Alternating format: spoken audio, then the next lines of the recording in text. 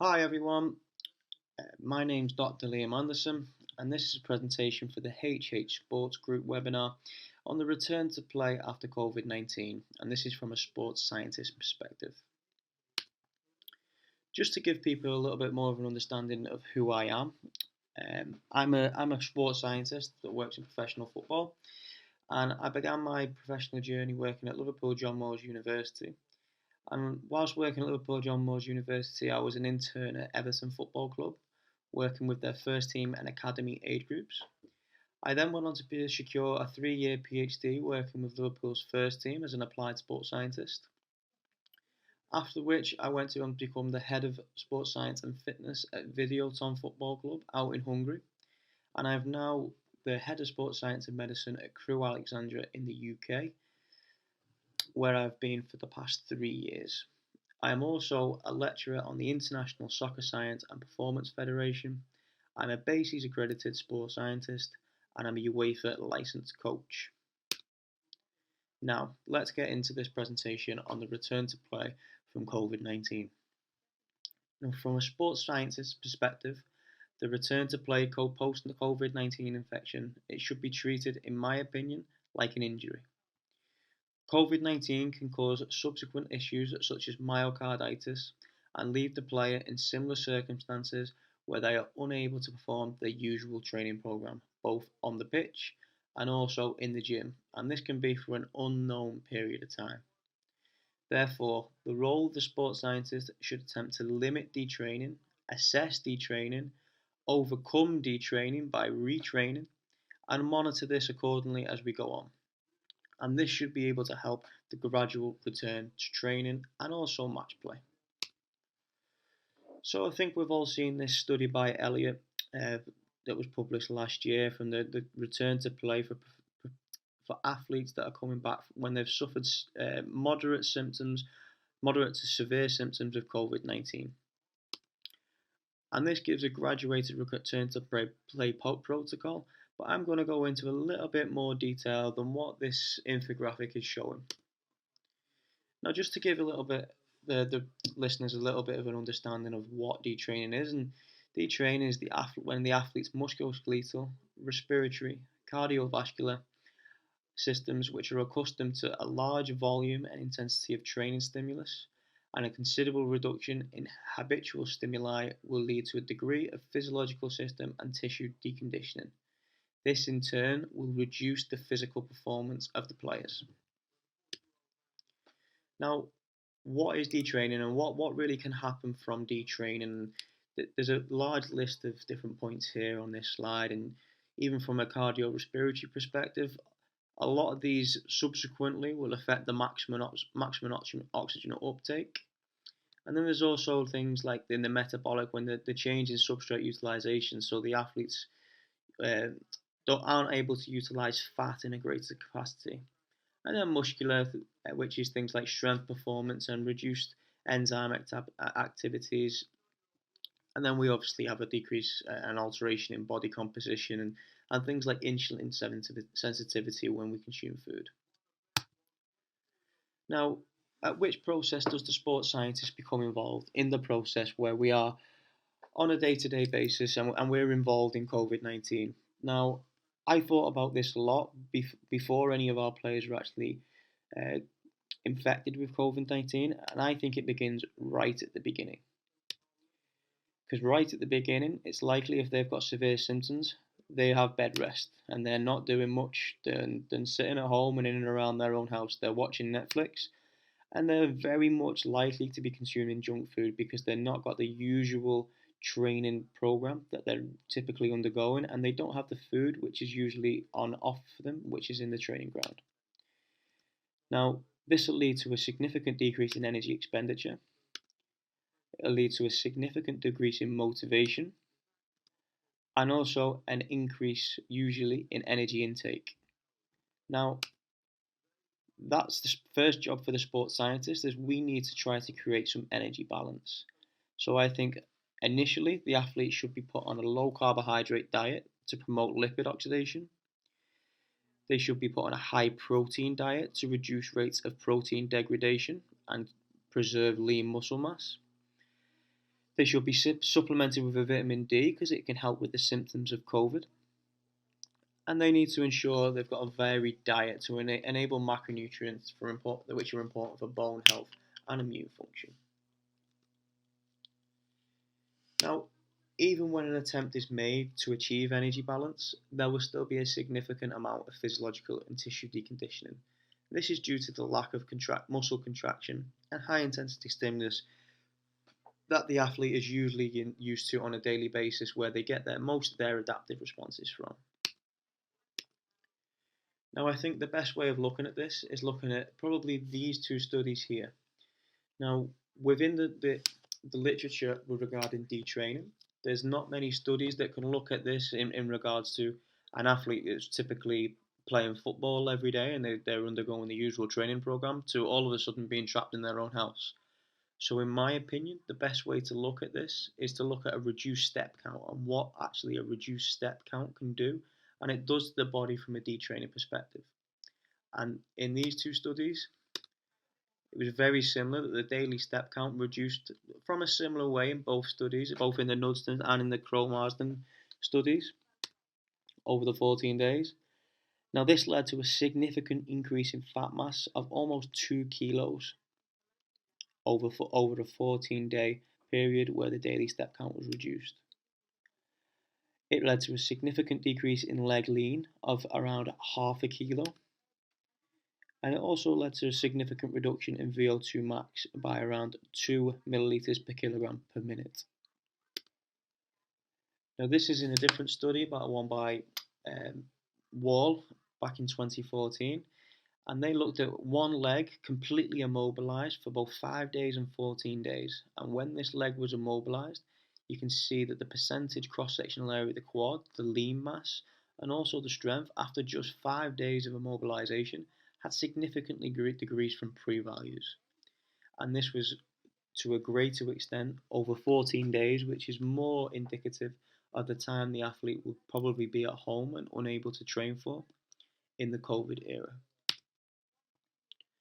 And then also after 14-day reduced physical activity, the muscle protein synthesis rates actually decrease within the body, so the body actually can't digest and turn the protein that it's consuming. So this is from a 20-gram protein ingestion.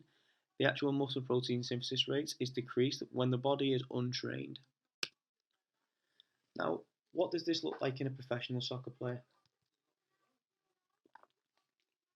Now, this is studied from Liverpool Football Club, and it was actually conducted whilst I was working there, and this is on a player who's a centre midfielder who suffered an ACL injury. Now, I want to draw the attention to this period here because in December, this is the pre-values before the athlete was actually injured. And then in January, this is after 8 weeks of injury, so a little bit longer than the COVID period, but I just want to draw the attention to the significant loss for this player of a lean muscle mass when his leg was actually immobilized after injury. Now that's almost 6 kilos of lean mass he's lost over his whole body in just 8 weeks. So it just draws home the fact of how much this detraining can actually occur in these high level athletes in such a small period of time. And let's look at fat mass too. So this player was actually put on a low carbohydrate diet, but he's actually put on fat mass of almost one kilo of fat mass just in just 8 weeks. Now that could have, if he was due to go back into full training and match play at that period of time, that could have significant detrimental effects on his performance. So let's look at the adaptive responses too, and what are the adaptive responses to detraining. And when bed rest is done, and this is done at the university, a research group out in Copenhagen, and we wanted to look at the different enzyme activity which occur within the muscle at day 0 and day 7 after exercise. So when an exercise stimulus is performed, what do the different enzymes look like? And it's these enzymes which are responsible for mitochondrial biogenesis, which we spoke about earlier when we can perform exercise in the reduced carbohydrate state. And this is then linked to the PGC1 alpha mRNA. And we can see then that after the exercise, in the pre, post, and 3 hours post, that the The PGC1 alpha is more prevalent before bed rest than after bed rest in the 3 hours post. So it's likely that any exercise stimulus that the athletes are performing, they actually get better adaptations when they're in a trained state rather than their detrained state. Now, what about tendons? And this is something that's probably neglected massively within the performance world and definitely the sports science world, because I see it as a large mix up between the physiotherapist and also the sports scientists. Now, I think when we look at tendons, we can see that the changes of detraining in the tendon are very evident after just 4 weeks. So you can see along the bottom when the pre-training, and then after 3 months of training is the large big bar at the middle, and then after just 1 month of detraining, it is almost entirely back to their pre-training values. So, to sum up that part around detraining, when an athlete tests positive for COVID-19, the sports scientists should be looking to preserve the lean muscle mass, reduce the fat mass gain, maintain tissue and immune function.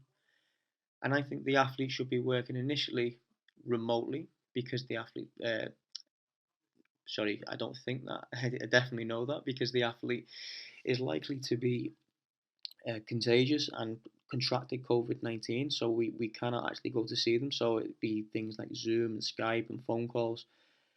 And then they need to follow a specific individualized plan when they're able to return to the training ground in order to rebuild the athlete on their quest for maximum performance. Now, the next question is, how do we regain the athlete's high performance capacities? Now, if we just summarise and look at what we've actually lost, so it's likely the athlete's probably lost lean mass, they've probably gained fat mass, they've probably had a strength and power loss, reduced adaptive capacities, a VO2 max reduction, hormonal alterations, and also a reduction in tendon stiffness and also mechanical properties. Now, for me, when the athlete's able to, the athlete and it's being cleared by a medical practitioner, the athlete should be coming into the training ground and he or she should be undertaking numerous tests. Now, I would do numerous counter movement jumps and I'd look at things like the jump height, the contraction time, and then also the reactive strength index, because that can give a great indication of how the tendons have reacted to the detraining stimulus. I would look at different node board techniques from a full eccentric hamstring and also an isometric hamstring. I'd try and look at their body composition to see if they've lost any lean muscle mass or gained any fat mass. I'd look at the groin bar work and I'd do some groin iso holds. I'd constantly be looking whenever they're out on the pitch or they're doing work on the bike. I'd be looking at the GPS, internal, external training load. And then I think it's also relevant to do a submax aerobic test, and that could be anything from a 6 minute yo-yo or an 8 minute 30-15 test, where the athlete's getting their heart rate up to a certain variable, which they've done in a previous state, for example, at the start of pre-season, end of pre-season, and then sometimes at numerous points within the season. And so we've got something to compare where they're usually at, because they've actually came back from a significant stress and something probably a significant stress to their body, especially if they've had myocarditis. I'd work alongside the physios and do some functional movement screening. I'd do some isokinetic dynamometry.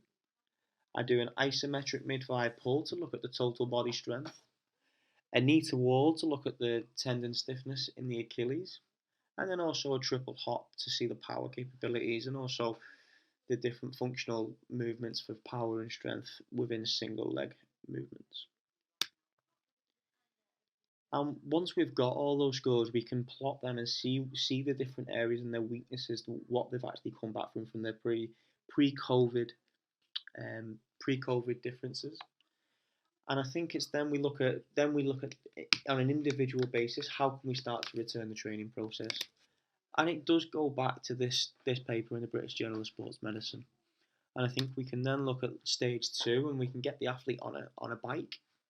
And the athlete's completing some very low level work on a bike and we're monitoring him with heart rate, continuously, probably live during the session, just to make sure that his heart rate isn't getting up and beyond the threshold that we want him to. Then the athlete can start some outdoor work where the athlete's running at a set intensity and different times, and perhaps some moderate intensity interval work with reduced rest duration in order to get a stimulated aerobic response from that session. Similar to that session, the athlete can then probably start some multi-directional work at a moderate intensity, and he also starts to include the ball in this work. The athlete can then increase that training load to some more progressive and some more aggressive work that's usually still in an isolated case on their own. And then stage 5 is, for me, is when they're returning to training with their group and with their friends, and we're trying to reintegrate them back into that training process in the best possible way. Now that might be initially they're joining the session as a floater, or they're a wide man, they're a free player, they're an end player, just to get that functional capability, because it could be likely that they actually haven't played any football in around 3 weeks' time, and their muscles, their joints, their tendons, ligaments aren't actually used to that training load yet. And then for me, stage 6 is returning to match play. Now, if we've not gone through those stages appropriately and it's been enough time, then it's likely that they're probably going to return to match play with reduced physical performance. Now, it's over the next few weeks and months that we try to rebuild that athlete in order to maximize their physical performance in match play, to get them to their pre-COVID values and also beyond. Now, a very simple previous way of looking at this process is probably, again, from a rehabilitation perspective. And it was this study from Matt Taberner, who was at Everton Football Club in the UK. And he used this control to chaos continuum throughout the rehabilitation process. And I think that links in really nicely to how to return the player back to training, back to match play, within trying to tick off as much as you possibly can within the return to play process. And that's for anyone to read at a later date. And if anyone would like to read this study, I can easily send it them over email. Now, so we've got that training process, and we want to get them back. So how can we maximize the adaptations now? So we know what we're doing. How can we maximize what the adaptations are taking place? So we can look at the concurrent training. This is one of the first studies that I looked at when I wanted to look at how we're going to get the players back to physical performance as quickly as possible. And this study was done in Wolves Academy players, again in the UK.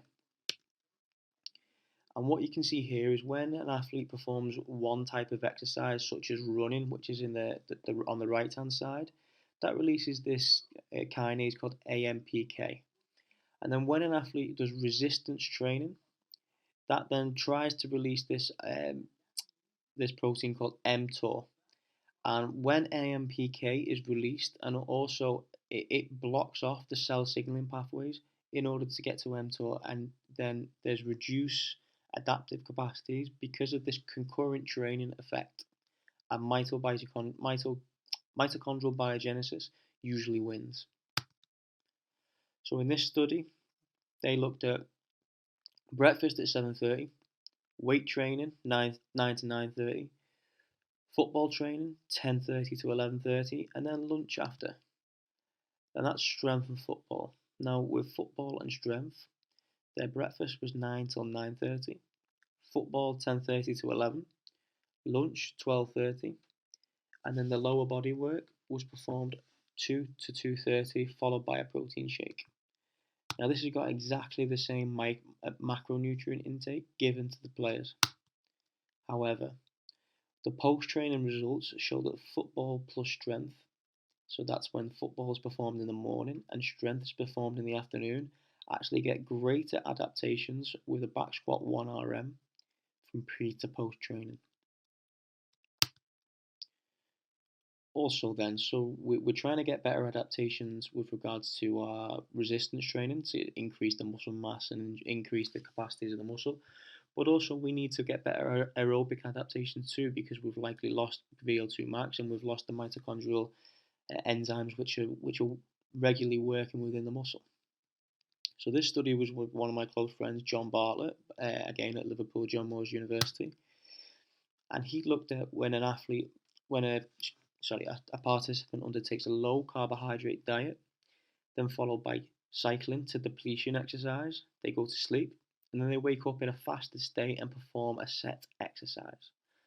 And in the round two, the participants consume 8 grams per kilo of carbohydrate, which is the recommended daily amount for the day before competition. They then go to sleep by not having any depletion, and then they follow the recommended intakes in order to optimize performance during that exercise bout. Now, it's fairly easy to say that the muscle glycogen in this study was actually significantly reduced in the pre-trial, post-trial, and also 3 hours after. Now, with that significantly reduced muscle glycogen, the AMPK activity is significantly elevated post-training, and then also the phospho P53, which is also a regulator of mitochondrial biogenesis, which is linked to aerobic adaptations, post-training is significantly increased, and also 3 hours post-training too. And this is usually done by muscle biopsies and studies, and it can be quite invasive, so it's usually done in student populations and very rarely done in athlete populations. Now, what type of training should we be doing? And in this study from the Norwegian players, they found that the usual types of small-sided games and also a dribbling track, they produce similar heart rates and similar maximal oxygen uptakes between the two. So it's usually a variety of the two. I usually find that usually works the best in order to elicit those aerobic adaptation responses. And then also strength training. So strength training for me can be quite a complex part of the process. But if we're trying to actually induce the strength training gains, then it's likely we need to do a lot of compound lifts, a lot of volume, and also high intensity work. So there's been like I just mentioned, there has been a lot of research around strength training, and I could cite the papers. In my opinion, it's definitely worth looking at high volume, 20 to 25 sets in the lower body sessions. They look at compound lifts and they perform them heavy, and they perform them to failure. So that's things like squats, RDL, hex bar deadlifts, like the athlete in this picture is performing. And we're trying to really overload the muscles as a group, and we're looking at the movements rather than specifically isolate different muscles. And then also we want to look at the nutrition. Now, as I've previously mentioned, we need to perform some sessions within reduced carbohydrate availability in order to significantly elevate the adaptations. So we need a periodic carbohydrate intake. We need a high protein intake of around 2 grams per kilo in order to work on recovery and repair from exercise. And this protein intake should be evenly distributed in order to maximize muscle protein synthesis. And then, in order to induce muscle protein synthesis, an omega-3 supplement will be needed if the athlete doesn't get enough fish or oily fish in his daily diet.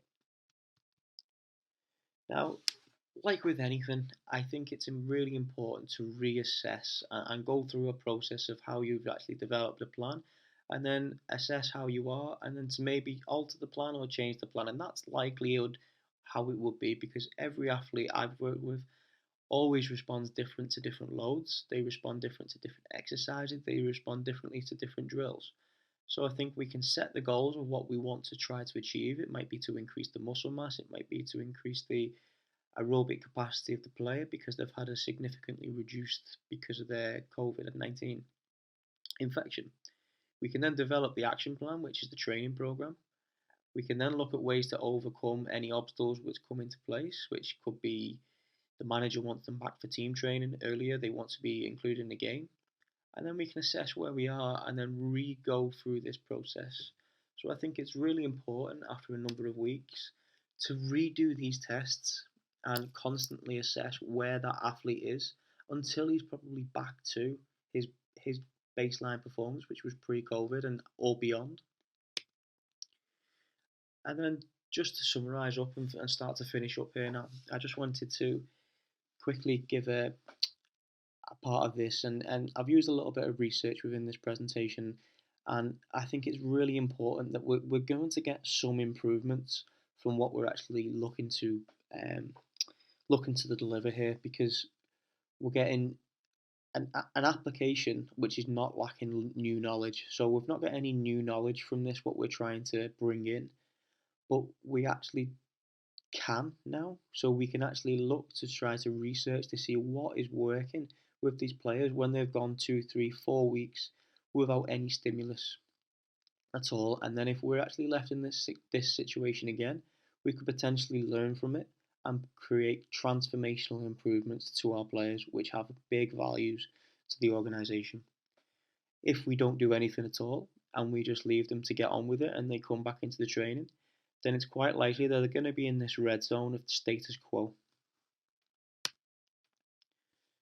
So, just to summarise, for me, creating winning moments from a performance perspective comes from a careful manipulation of controllable variables. It is through examination of these variables where we can discover the scientific underpinning to aid success. Although the world could never have prepared for COVID-19 as a whole, in some ways the performance department and human physiologists of the top level already were.